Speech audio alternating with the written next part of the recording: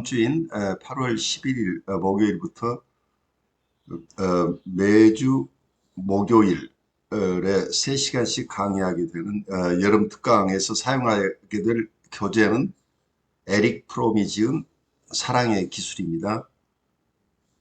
이 교재 번역본이 있어서 우리가 번역본과 영문본을 함께 공부할 수 있는 좋은 기회가 되는데, 이 교재의 내용에 대해서 잠깐 말씀드리겠습니다. 문장상으로는 어렵지 않아요? 중고등학생이 읽어도 다 알아듣는 문장인데, 그 의미 자체를 깨치는 것은 우리의 필생의 과업인 것처럼 보여요. 그것이 가지는 정신분석적 의미나 영성적인 의미를 우리가 깊이 깨우치는 거가 이번 여름학기에 우리가 할 일로 보여요. 그래서 어쩌면은 우리가 정신분석이나 라이프 코칭 쪽에서 접근하는 부분도 있지만, 영성적인 측면에서 여러분들이 불가 스님들이 하는 하한 거라고 하나요? 여름 한동안에 기도하는 그런 과정들을 가지고 계시는 것 같은데, 여러분들도 영성적으로 좀 깊이 이번 주제를 공부하는 시간으로, 그래서 영신수련에 가깝게 여러분들이 조금 그 내용을 문자로 보지 말고 여러분의 삶과 연결시켜서 묵상이나 관상하는 교재로 사용하면서 그 내용을 우리가 좀 깊이 나누는 시간이 됐으면 좋겠어요. 그래서 우리 ICC가 추구하고 있는 어떤 정신분석과 영성을 같이 소화해내는 작업에 아마 첫 단추에 가까운 시간으로 활용하고 싶어요. 강박증 환자들에 대한 설리반의 접근. 설리반의 중요한 공헌 중의 하나는 자신과 타인을 극도로 통제하려는 강박증 환자들에 대한 임상 연구들을 발전시킨 것이다. 그들은 인색하고 경쟁적이며 결벽증을 가지고 있으며 쓸데없는 꼼꼼함에 사로잡혀 있다. 프로이트에 따르면 그들은 배변 훈련 시기에 고착된 사람들이며, 배변 훈련과 사회적 정결함에 반항하여 더럽히고 싶은 리비도적인 소망과 씨름하고 있는 사람들이다. 프로이트는 그들의 통제적인 성격이 어지르고 반항하고 싶은 충동을 미장하거나 방어하는 과정에서 형성된 것이라고 보았다. 훗날 프로이트는 강박증은 가학증과 관련되어 있다는 사실을 발견했는데, 이 주제는 윌리엄 라이히에 의해 더욱 발전되었다. 그는 강박증 환자들을 권력의 굶주린 가학적인 사람들로 묘사하였다. 그들의 통제적인 성격은 힘으로 타인을 지배하고자 하는 그들의 소원을 반영한 것이거나 경의와 아첨을 통해 그러한 소망을 방어하려는 시도의 표현이라고 보았다. 설리번은 이와는 매우 다른 견해를 발전시켰다.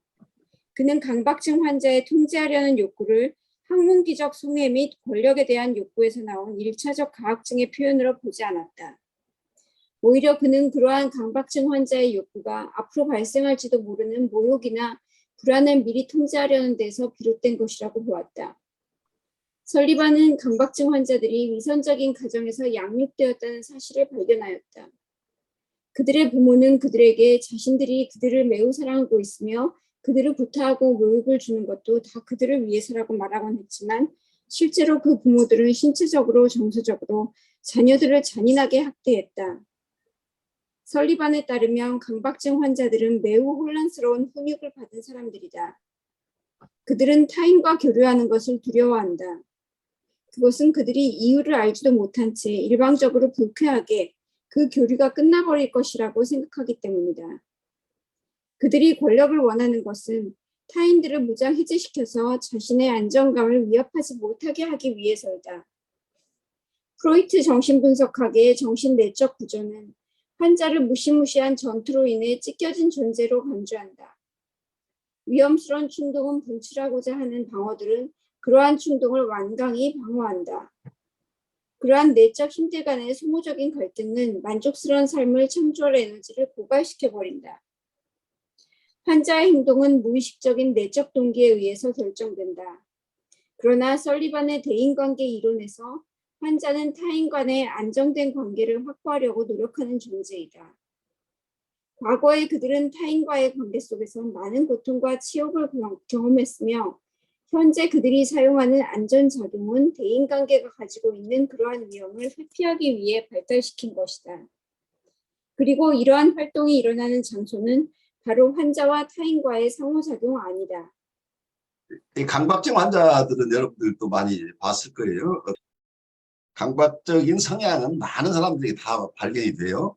그렇지만 그 강박의 정도가 사회생활에 영향을 미칠 만큼 심한 경우에 강박증이라는 얘기를 하지만 대부분의 강박적인 성향들은 어떤 면에서는 우리가 누구에게나 필요한 요소이기도 하죠. 어떤 무언가를 추구할 때 굉장히 강박적으로 이렇게 하지 않으면 안 되는 상황도 있기 때문에 건강한 것, 성향이기도 한데 이게 병리적으로 자기 삶에 장애를 가져오는 정도가 됐을 때 강박증이 된다. 이렇게 크게 좀 보시고 프로이드의 이론은 자기 안에 있는 심리 내적인 성적 욕동이나 공격적인 욕동과 여기에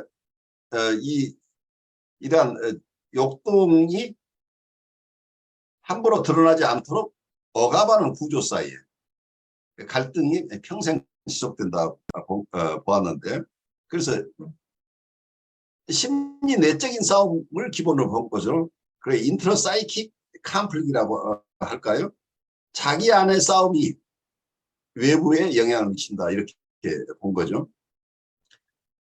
그렇지만 설리반이 볼 때는 같은 불안을 다루더라도 자기 안의 갈등이라는 측면보다는 대인관계 속에서 상호작용 속에서 이 상호작용에서 경험했던 힘듦을 다시 경험하지 않고 싶은 것 때문에 여기에 security operations라고 하는 거가 안전작용을 이거 security operations가 말하자면 프로이드가 얘기하는 어떤 유고 사이칼리스트들이 얘기하는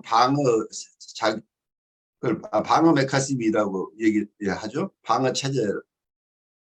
그러니까 디펜스 메커니즘.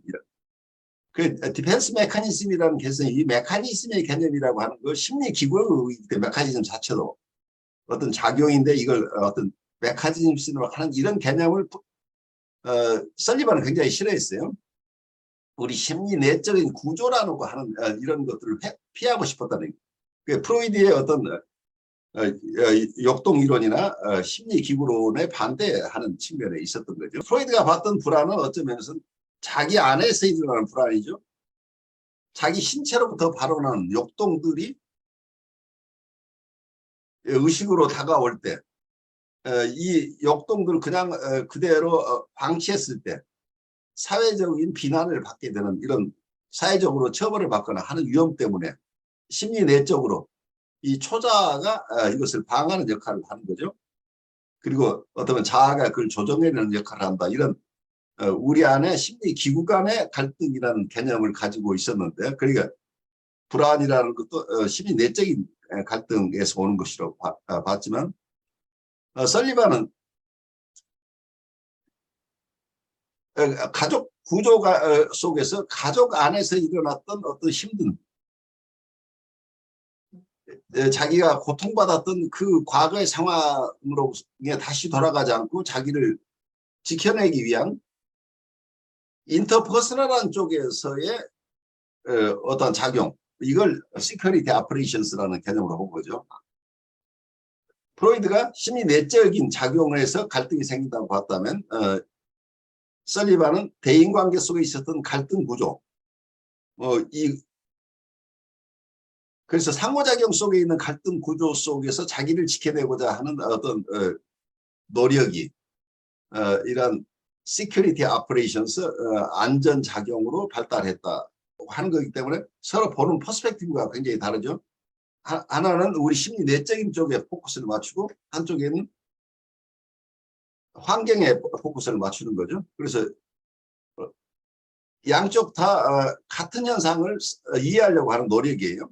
강박적인 내담자를 어떻게 볼 것이냐, 심리 내적인 드라이브라는 측면에서 볼 것이냐, 아니면 환경 쪽에서 이 내담자가 처해 있었던 환경으로부터 자기를 방어해내는 과정 속에서 발생한 어떤 증상이거나 행동 유형이거나 성격이거나 이렇게 이해를 하는 거죠. 그래서 설리반이 봤을 때는 우리의 퍼스널리티라고 하는 것은 우리 안에 있는 게 아니고 상호작용 속에 있다고 본 거죠. 그런 점에서 인간을 이해하는 틀이 다르다고 하는 거죠. 그래서 우리가 고유한 성격을 가지고 있는 게 아니고 우리가 대하는 대상과의 관계 속에서 이 상호작용 속에서 어떤 패턴이 나온다는 거예요. 그래서 성격 유형이라고 하는 것도 퍼스널리티나 캐릭터라고 하는 것도 이건 상호작용 속에서 일어나는 안전작용이라고 할까요? 이런 것으로 이해한 거죠. 시큐리티 오퍼레이션스라고 지칭했던 것. 그래서 이 셀프라는 개념 자체도 셀프 시스템이라고 했을 때 설리반이 맡은 셀프 시스템은 굉장히 프로이드식으로 얘기하면 디펜스의 중점을 둔 셀프 시스템이에요. 방어적인 체제, 방어 시스템에 가깝다는 이 셀프 시스템이라고 할 때는 그 시큐리티 오퍼레이션과 관련되는 것인데 어떤 설리반이 굉장히 임상적으로 타당한 얘기를 하고 있었지만 발달 이론 쪽에서는 이게 통합적인 이론을 만들어내지 못한 것으로 보여요. 셀프라고 할 때 어떤 면에서는 캐런 호나이가 얘기했던 리얼 셀프나 트루 셀프가 어떻게 셀프 리얼라이제이션을 하는가. 그리고 발달 심리 쪽에서 충분하게 고려된 것보다는 이 불안을 방어하는 방법으로서 셀프 시스템이 구축되는데 그 셀프 시스템이 시큐리티 오퍼레이션을 만들어낸다 하는 쪽에서 봤기 때문에 좀 방어 현상 그리고 병리적인 상황을 이해하는 데는 설리반의 견해가 상당히 도움이 되는데 인간 전체의 발달 이론으로서는 조금 미흡한 부분이 있지 않느냐 하는 생각을 하는 거죠. 그래서 이걸 충분히 병리적인 자기와 그리고 발달적인 어떤 자기라는 개념들을 통합해내는 이런 작업. 그 부분은 아마 후예들에게 남겨진 본인 스스로 다 이걸 다 마치지 못한 것으로 보여요. 그래서 좀 더 발달적인 측면에서의 셀프를 어떻게 이해할 것인가 하는 쪽에서 그러한 아쉬움을 가지면서 스택 설리반의 이론을 우리가 같이 공부해 나가면 좋겠어요. 그래서 다른 학자들이 봤던 것, 발달 심리학 쪽을 설리반의 이론과 함께 이해한다면 설리반의 이론에 기반해서 어떤 방식으로 조금 더 우리가 보완해 나갈 수 있을 것인가 하는 생각을 해볼 수 있겠죠. 어떻게 보면은 저기 발달 이론가들이 가지고 있는 그 이론 방식은 그 발달하고 성장하고 그 조금 뭐랄까요, 그런 것들이 조금 심리적으로 보다는 그냥 다분히 이론적이라는 생각이 많이 들었거든요. 네. 그래서 이게 셀프가 발달해 나가느냐 성장해 나가느냐 할 때 발달 이론 쪽에서는 그게 단계별로 이렇게 되는 걸로 말하고 있지만은 실질적으로 심리적인 측면에서 볼 때는 이게 단계로 올라가는 게 아니라 그냥 연속상에 다 있는 거라고 느껴지거든요. 그러니까 그렇게 볼 수 있죠. 그래서 예를 들어서 뭐 시큐리티 문제가 그 다 발달한 다음에 그다음에 뭐 관계 문제로 발달하고 뭐 나중에 그 셀프 리얼라이제이션으로 가고 뭐 이런 발달 단계로 보면은 자꾸 그러니까 사람들이 그걸 이야기한 사람들은 이제 발달적인 측면을 말했지만 어떻게 보면은 셀프의 좀 심리적인 그런 심층적인 심리적인 측면은 오히려 그쪽은 또 약한 것 같아요. 그러니까 그렇게 볼 수 있죠. 그러니까 지금 말씀하신 게 정신분석학자는 아니지만 매슬로우가 얘기했던 욕구의 여러 단계설. 마치 그러니까 우리 신체적인 니드가 채워지고 나야 안전에 대한 욕구가 생겨나고 그 욕구가 채워진 이후에야 어디에 소속하고 싶은 욕구나 사랑받고 싶은 욕구가 생겨나고 그리고 자기 실현하고 싶은 욕구가 생겨나고 뭐 이런 여러 단계들이 있는데 하위 단계가 채워지지 않으면 그 다음 단계로 이행이 안 되는 것처럼 이렇게 보고 있는 거 너무 경직된 이론일 수 있는 거죠. 그런 것 같아요. 그러니까 실제로는 그 시큐리티의 단계라고 해도 거기서는 그냥 시큐리티만 추구하는 게 아니고 실제로는 셀프를 추구하고 있거든요. 그렇죠. 예. 그러니까 뭐 많아지면은 음식의 문제에 대해서라든지 그 단순한 안전의 문제에서 고민하고 있는 사람들이 그냥 음식 문제란 동물처럼 그냥 먹고 사는 것만 고민하는 게 아니고요. 실제적으로는 그 사람들도 셀프 리얼라이제이션에 대해서 고민을 하는데 지금 그쪽 편으로 이제 생각하고 있다는 뿐인 것이지, 아, 이 사람들은 셀프 리얼라이제이션을 모른다, 이렇게 보면은 이건 큰 착각이 아닌가. 예, 그런 생각이 드는 거죠.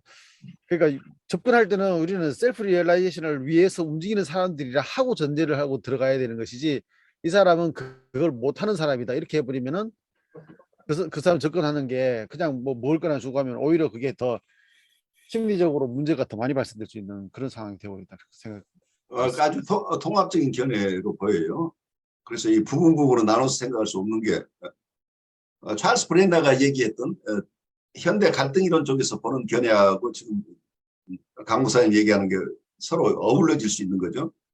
우리의 심리적인 어떤 사고나 행동이나 이런 모든 심리적인 현상들은 한편에서는 역동 충족이고 한편에서는 방어다고 보는 거죠.